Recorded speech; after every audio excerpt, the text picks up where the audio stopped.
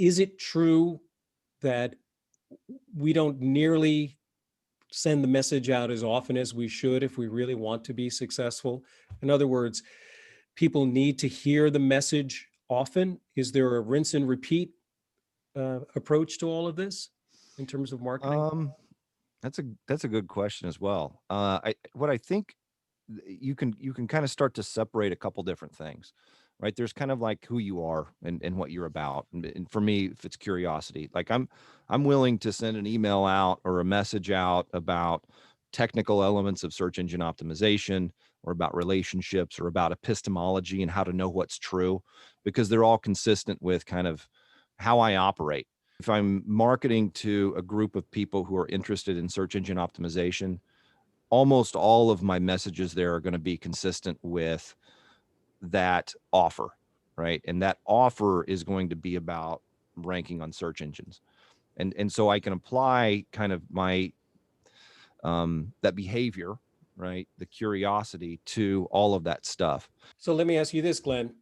What do you feel is the balance between them finding you, meaning potential people who would want to work with you, have similar intention of using what you have to offer, and how much do you find them? This kind of falls along with a course that we're doing right now for marketers, and we kind of call it hunting and fishing. Because when you're fishing, you're putting a hook in the water and waiting for these fish to come up with you and catch and bite on whatever type of bait you're using. If you have 3 hooks in the water, you probably have a better opportunity of them finding you.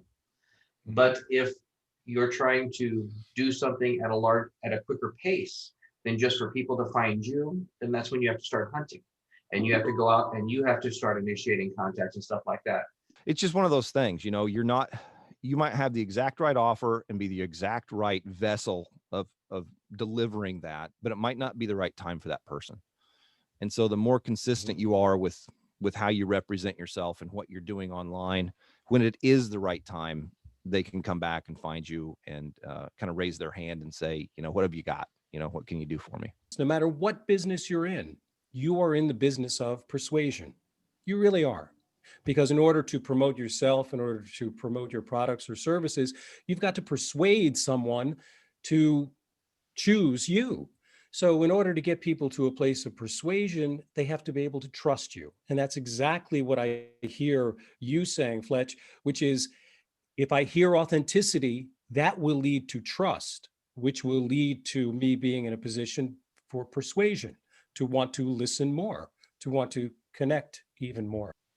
That it's kind of when that switch gets flipped and we go from being concerned about exposing our inefficiencies, our failures, or things like that, to where we embrace them. And I think it's almost like a factor where it's like you can relax, you can open up now because this is who I am, and there's no problem communicating that to others. And I think that really helps people kind of maybe relate to you, because we've all failed.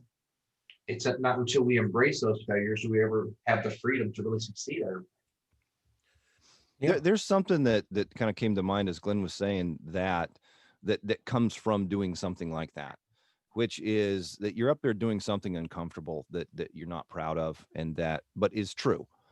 And so it's like, well, if this person is saying some uncomfortable things that are true, I'm going to assume that what they're going to tell me next is true as well.